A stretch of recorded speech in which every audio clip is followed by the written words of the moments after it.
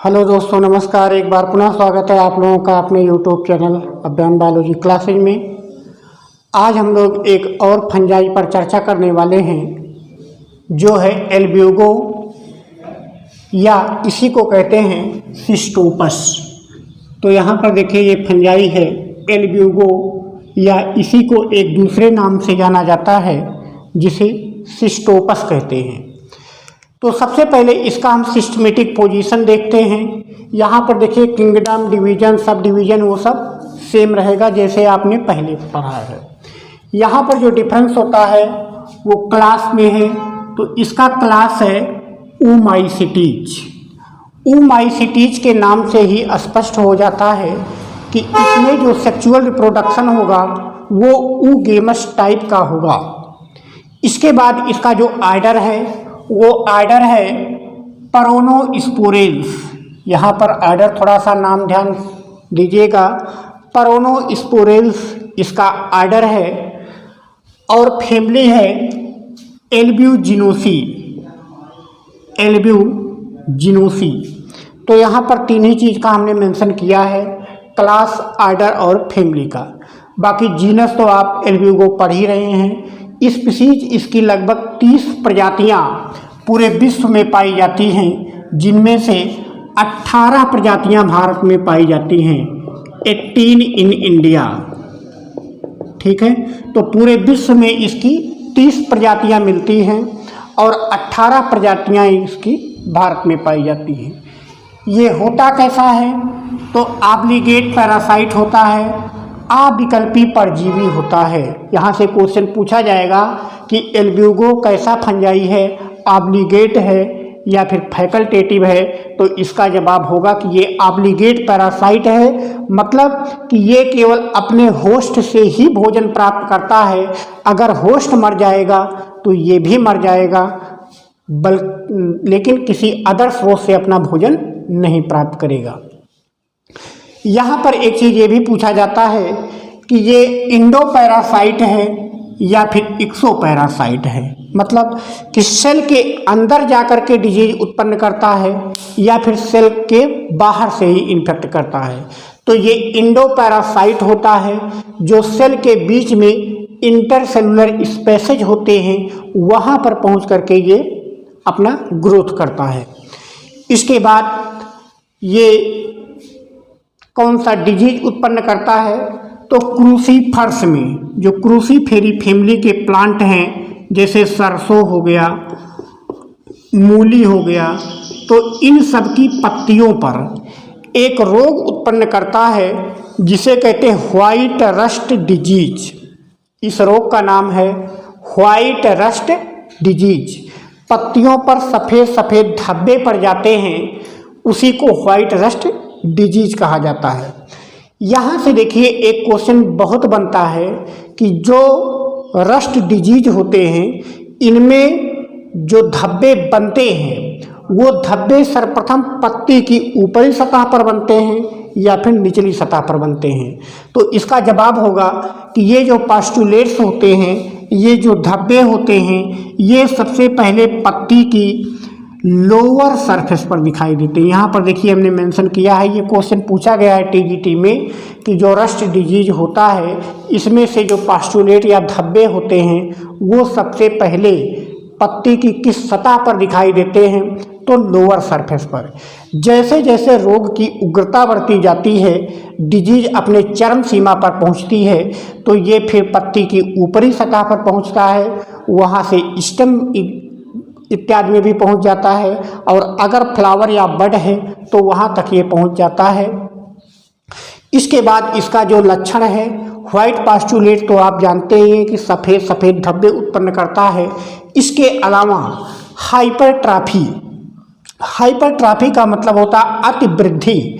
जिस भी अंग पर इसका प्रकोप होगा उस प्लांट का वो अंग काफ़ी बड़ा हो जाता है, काफ़ी वृद्धि कर जाता है। क्यों? क्योंकि ये सेल के इंटरसेलुलर स्पेसेज में पहुंच जाते हैं, वहां पर अपनी आकार और संख्या बढ़ाते हैं, इसलिए सेल के बीच में इंटरसेलुलर स्पेसेज भी बढ़ता जाता है और वहां पर वो संबंधित ऑर्गन्स भी बड़ा हो जाता है। इसके अलावा जो दूसरा कंडीशन है वो है फ्लैसीनेस। फ्लैसीनेस का मतलब होता है कि वो पार्ट मांसल हो जाता है, मोटा और मांसल हो जाता है। इसके बाद डिस्टार्शन, मतलब उसका शेप बिगड़ जाता है, जैसे पत्तियां हैं तो वो थोड़ा सा मुड़ जाती हैं। तो इस प्रकार से इनमें हाइपरट्राफी, अतिवृद्धि, फ्लैसीनेस जिसे आप बोल सकते हैं मांसलता, और डिस्टार्शन मतलब शेप का बिगड़ जाना, ये सब भी लक्षण दिखाई देते हैं। जो मेन लक्षण है वो तो पत्तियों पर सफ़ेद धब्बे दिखाई ही देते हैं, बाकी ये लक्षण भी रोग की प्रचंड अवस्था में दिखाई देने लगते हैं। अब इसके बाद हम देखते हैं इसका थैलस कैसा होता है, इसका वेजिटेटिव स्ट्रक्चर कैसा होता है। तो थैलस ब्रांच्ड होगा, शाखित होता है, एसेप्टेट। यहाँ पर देखिए थैलस बना है, बीच में कहीं पर भी पट नहीं है, तो एसेप्टेट होता है मतलब पट विहीन होता है, और सिनोसाइटिक होता है मतलब एक से ज़्यादा केंद्रक आप देख रहे हैं कि इसके जीवद्रव्य में पड़ा हुआ है, इसी कंडीशन को सिनोसाइटिक कहते हैं। जब किसी सेल के जीवद्रव्य में केवल एक ही केंद्रक होता है तो उसे हम मोनोन्यूक्लिएट कहते हैं, और जब एक से ज़्यादा केंद्रक जीवद्रव्य में पड़े होते हैं बिना किसी डिवाइडर के, तो वहाँ पर उस कंडीशन को सिनोसाइटिक बोला जाता है। यहाँ पर एक स्पेशल कैरेक्टर और देखने को मिलता है इसके हाइफी में कि इसमें नोब लाइक हास्टोरिया पाए जाते, घुंडी के आकार का। इस तरीके से यहाँ पर देखिए, इस तरीके से यहाँ पर घुंडी की तरह यहाँ पर हास्टोरिया पाया जाता है। ये हास्टोरिया 3 पार्टों में इस तरीके से बंटा होता है। नीचे का जो पार्ट होता है यहाँ पर देखिए लिखा गया है, जो नीचे का पार्ट होता है इसे हम स्टाक या वृंत कहते हैं। बीच का जो पार्ट है ये नेक कहलाता है, और ऊपर का जो पार्ट है वो हेड कहलाता है। तो यहाँ से देखिए काफ़ी इम्पोर्टेंट है, क्वेश्चन पूछा जाएगा कि नोब लाइक हास्टोरिया का पाया जाना किस फंजाई का कैरेक्टर है, तो इसका जवाब होगा एल्ब्यूगो या सिस्टोपस में। इसका जो हास्टोरिया है वो कितने पार्टों में डिवाइड होता है, तो 3 पार्टों में डिवाइड होता है, हेड, नेक और स्टाक में। यहाँ पर आपने देख लिया। इसके बाद अब हम बात करते हैं इसके रिप्रोडक्शन की। इसमें जनन कैसे होता है, तो जनन लैंगिक और अलैंगिक दोनों विधियों से होता है। सबसे पहले हम लैंगिक जनन की बात करते हैं। यहाँ पर देखिए 2 ब्रांच है, एक ब्रांच फीमेल ब्रांच होती है और उसके जो जस्ट बगल वाली ब्रांच होती है वो मेल ब्रांच होती है। तो यहाँ पर फीमेल ब्रांच पर फीमेल रिप्रोडक्टिव ऑर्गन्स बनेंगे और मेल ब्रांच पर मेल रिप्रोडक्टिव ऑर्गन्स बनेंगे। यहाँ पर देखिए दूसरे वाले फिगर में कि ये जो ब्रांच आपको दिख रही है ये राउंडेड हो जाती है, इसका जो शीर्ष भाग है यहाँ से ये राउंडेड या गोलाकार हो जाती है, और इसके बगल में जो मेल ब्रांच है ये गदा के आकार की हो जाती है। तो यहाँ पर देखिए 2 चेंजिंग होता है कि जो फीमेल ब्रांच होती है वो राउंडेड हो जाती है, गोलाकार हो जाती है, और जो मेल ब्रांच होती है ये गदा के आकार की हो जाती है।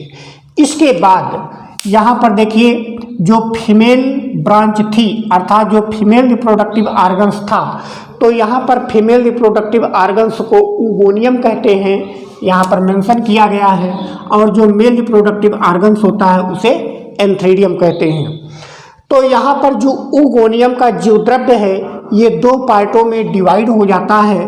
बाहर की तरफ पेरीप्लाज्म बन जाता है, पेरीप्लाज्म, और जो सेंटर में जीवद्रव्य होता है उसे हम कहते हैं ऊप्लाज्म। तो इस प्रकार से इसका जो जीवद्रव्य है वो 2 पार्टों में बट गया। बाहर या सतह की तरफ पेरीप्लाज्म होता है और सेंटर में जो होता है उसे ऊप्लाज्म कहते हैं। यहाँ पर ऊप्लाज्म में केवल एक ही फीमेल न्यूक्लियस रहेगा और बाकी जो न्यूक्लियस हैं वो चले जाते हैं पेरीप्लाज्म में। वही चीज़ यहाँ पर लिखा गया है कि सबसे पहले ऊगोनियम की बात करते हैं तो ऊगोनियम की जो माइसीलियम है ये राउंडेड हो जाती है, यहाँ पर ये मेंशन किया गया है। इसके बाद इस राउंडेड स्ट्रक्चर में 6 से 12 की संख्या में न्यूक्लियस या केंद्रक पाए जाते हैं। इस केंद्रक में बार बार समसूत्री विभाजन होता है, जिससे केंद्रकों की संख्या बढ़ करके 100 से 300 के बीच हो जाती है। यहाँ पर जो केंद्रक है वो बढ़ करके 100 से 300 की संख्या में हो जाते हैं। इसके बाद जब इसका ज्योद्रव्य दो पार्ट में डिवाइड होता है, उप्लाज्म और पेरिप्लाज्म में, तो एक केंद्रक यहाँ पर उप्लाज्म में रहेगा और बाकी जो सभी बने हैं, शेष जितने भी हैं, वो सब चले जाते हैं पेरिप्लाज्म में। वही चीज़ यहाँ पर लिखा गया है कि इसका जो ऊगोनियम है वो डिवाइड हो जाता है पेरिप्लाज्म और उप्लाज्म में। इसका जो ज्योद्रव्य है उसमें से 1 न्यूक्लियस उप्लाज्म में होता है और जो बाकी शेष होते हैं वो सब पेरिप्लाज्म में चले जाते हैं।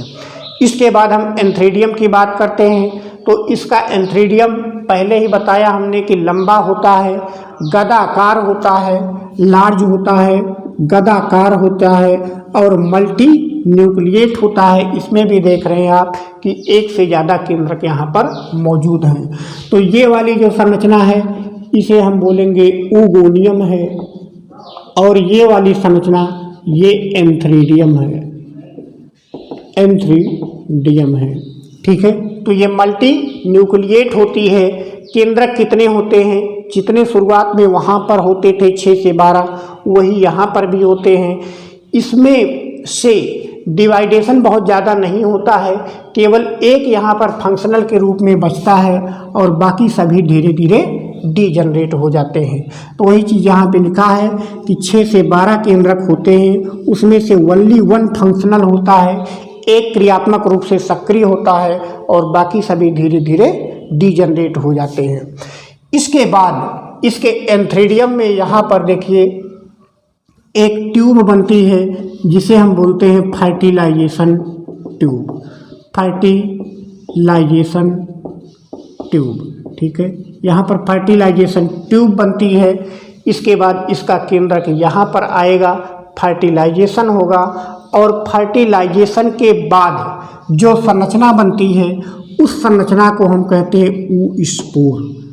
ऊ स्पोर बन जाता है।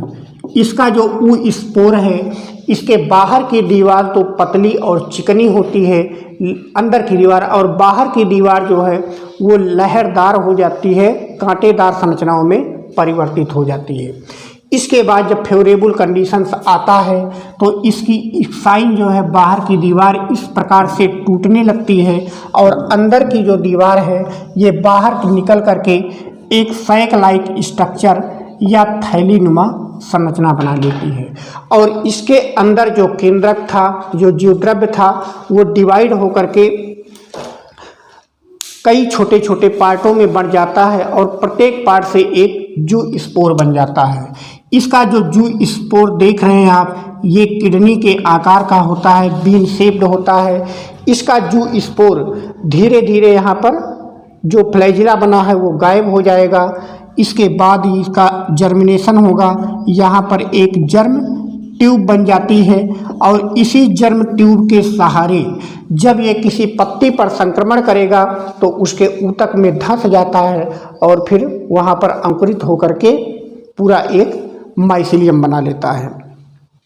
तो यहाँ पर देखिए वही लिखा है कि इसमें जो सेक्सुअल रिप्रोडक्शन होता है वो ऊगेमस टाइप का होता है। मेल रिप्रोडक्टिव आर्गन्स को एंथ्रेडियम कहते हैं और फीमेल रिप्रोडक्टिव आर्गन्स को ऊगेमस कहते हैं।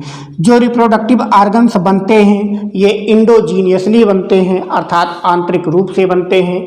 फिर ऊगोनियम और एंथ्रेडियम का हमने अलग अलग यहाँ पर बताया कि ऊगोनियम बनने के लिए सबसे पहले माइसीलियम राउंडेड हो जाती है, उसमें 6 से 12 केंद्रक पाए जाते हैं। उनमें माइटोसिस डिवीजन होता है तो केंद्रकों की संख्या बढ़कर के 100 से 300 होती है। इसके बाद उसका जो ज्योद्रव्य है ऊगोनियम का 2 पार्ट में बढ़ जाता है, केंद्र की तरफ ऊप्लाज्म और बाहर की तरफ पेरिप्लाज्म। ऊप्लाज्म में केवल एक ही केंद्रक होता है और बाकी सभी केंद्रक पेरिप्लाज्म में चले जाते हैं। जो बगल में है वहाँ पर शाखा पर एंथ्रेडियम का विकास होगा। एंथ्रेडियम लंबा होता है, गदाकार होता है और मल्टीन्यूक्लिएट होता है। इसमें भी 6 से 12 की संख्या में केंद्रक पाए जाते हैं। उनमें से केवल एक फंक्शनल शेष बचता है और बाकी सभी डीजनरेट हो जाते हैं।